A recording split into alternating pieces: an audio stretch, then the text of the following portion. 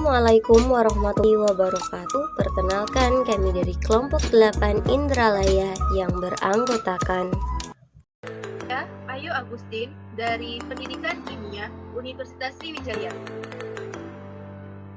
Saya Eka Liana Putri dari Prodi Pendidikan Kimia Universitas Sriwijaya. Dan saya Widya Sari dari Prodi Pendidikan Kimia Universitas Sriwijaya. Adapun pokok bahasan pada video kali ini yaitu katabolisme glukosa, energi katabolisme, dan siklus asam sitrat. Tujuan pembelajaran: mahasiswa mampu mengkombinasikan jalur metabolisme karbohidrat, lipid, protein ke siklus TCA dan siklus urea.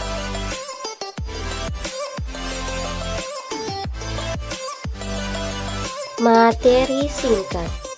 Katabolisme merupakan lintasan metabolisme yang merombak suatu kompleks molekul organik menjadi komponen-komponen penyusunnya sambil melepaskan energi.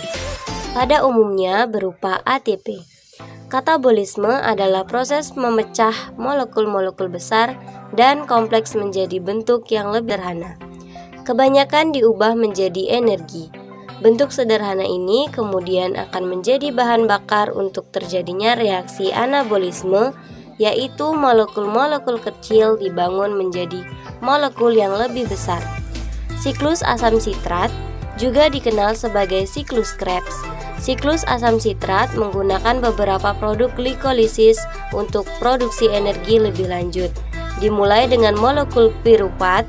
Sekali lagi, enzim memainkan peran kunci dalam memanipulasi molekul piruvat ini dan mengikatnya dengan molekul lain untuk melepaskan energi dengan cara yang terkontrol dan melanggengkan siklus. Prosedur proyek. Pertama, carilah dan pahami materi mengenai katabolisme glukosa, energi katabolisme, dan siklus asam sitrat. 2. Kemudian editlah video dengan semenarik mungkin. Pembahasan. Berikut ini adalah beberapa sumber bahan pangan yang mengandung karbohidrat di sekitar kita, yaitu ada susu dan ubi jalar. Karbohidrat merupakan gula atau pati yang merupakan sumber energi utama bagi banyak organisme. Karbohidrat berperan menjadi sumber tenaga utama. Setiap 1 gram karbohidrat mengandung 4,1 kalori yang akan menciptakan senyawa-senyawa organik seperti lemak dan protein yang memiliki fungsi menjaga keseimbangan asam dan basa di dalam tubuh. Sebagai zat tenaga untuk metabolisme, pertumbuhan, pengaturan suhu, dan kegiatan fisik, fungsi utama karbohidrat yang dapat dicerna bagi manusia adalah untuk menyediakan energi bagi sel, termasuk sel-sel otak yang kerjanya tergantung pada suplai karbohidrat berupa glukosa. Selain sebagai sumber energi utama, karbohidrat juga memiliki manfaat lainnya, yaitu memenuhi kebutuhan kalori secara sehat, metabolisme di dalam tubuh, baik secara mekanis maupun kimiawi. Terdiri atas 2 proses, yakni anabolisme atau pembentukan molekul serta katabolisme atau penguraian molekul. Saat terjadinya proses pencernaan makanan, karbohidrat mengalami hidrolisis atau penguraian menggunakan molekul air, sehingga polisakarida pada karbohidrat terurai menjadi monosakarida. Selanjutnya yaitu proses glikolisis glukosa antara lain. Langkah pertama, glukosa akan diubah menjadi glukosa 6-fosfat oleh enzim heksokinase. Tahap ini membutuhkan energi dari ATP atau adenosin trifosfat. ATP yang telah melepaskan energi yang disimpannya akan berubah menjadi ADP. Kedua, glukosa 6-fosfat akan diubah menjadi fruktosa 6-fosfat yang dikatalisis oleh enzim fosfoheksosa isomerase.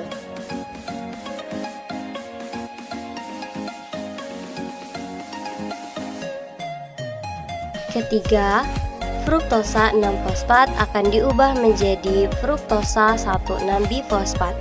Reaksi ini dikatalisis oleh enzim fosfofruktokinase. Dalam reaksi ini dibutuhkan energi dari ATP. 4. Fruktosa 1,6-bifosfat atau 6 atom C ini akan dipecah menjadi gliseraldehida 3-fosfat dengan 3 atom C dan dihidroksi aseton fosfat 3 atom C. Reaksi tersebut dikatalisis oleh enzim aldolase. 5. Satu molekul dihidroksi aseton fosfat yang terbentuk akan diubah menjadi gliseraldehida 3-fosfat oleh entriosa fosfat isomerase. Enzim tersebut bekerja bolak-balik, artinya dapat pula mengubah gliseraldehida 3-fosfat menjadi dihidroksi aseton fosfat. 6. Gliseraldehida 3-fosfat kemudian akan diubah menjadi 1,3-bifosfogliserat oleh enzim gliseraldehida 3-fosfat dehidrogenase. Pada reaksi ini akan terbentuk NADH. 7. 1,3-bifosfogliserat akan diubah menjadi 3-fosfogliserat oleh enzim fosfogliserat kinase. Pada reaksi ini akan dilepaskan energi dalam bentuk ATP. 8. 3-fosfogliserat akan diubah menjadi 2-fosfogliserat oleh enzim fosfogliserat mutase. 9. 2-fosfogliserat akan diubah menjadi fosfoenol piruvat oleh enzim enolase. Fosfoenol piruvat akan diubah menjadi piruvat yang dikatalisis oleh enzim piruvat kinase. Dalam tahap ini juga dihasilkan energi dalam bentuk ATP.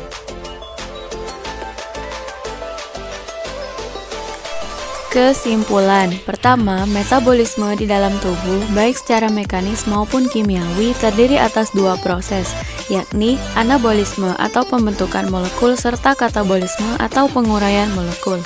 2. Bentuk karbohidrat yaitu glukosa akan diurai menjadi senyawa gula sederhana yaitu monosakarida. 3. Hasil akhir dari metabolisme karbohidrat adalah senyawa-senyawa gula dalam bentuk fruktosa, glukosa, monosakarida, dan manosa. 4. Apabila 1 mol glukosa dikatabolisme atau mengalami reaksi glikolisis dan siklus Krebs, maka energi yang dihasilkan adalah dari glikolisis atau glukosa menjadi 2 mol asam piruvat dihasilkan 2 NADH atau 6 ATP, 2 ATP, dan 2 ATP total 10 ATP. Kemudian pada tahap atau fase awal digunakan 2 ATP sehingga total ATP yang dihasilkan pada glikolisis berkurang menjadi 8 ATP. 5. Kemudian saat 2 mol asam piruvat berubah menjadi 2 mol asetil KOA dengan enzim piruvat dehidrogenase kompleks menghasilkan 2 NADH sama dengan 6 ATP. Terakhir, dari siklus Krebs dihasilkan 3 NADH atau 9 ATP, FADH2 atau 2 ATP, dan 1 ATP. Total 12 ATP, di mana 12 ATP tersebut untuk 1 kali putaran dalam siklus Krebs dan pada siklus ini menggunakan 2 mol asetil KOA atau untuk 1 mol glukosa, sehingga total energi yang dihasilkan pada siklus Krebs ini adalah 24 ATP. Sekian pembahasan dari kelompok kami. Thanks for watching. Wassalamualaikum warahmatullahi wabarakatuh.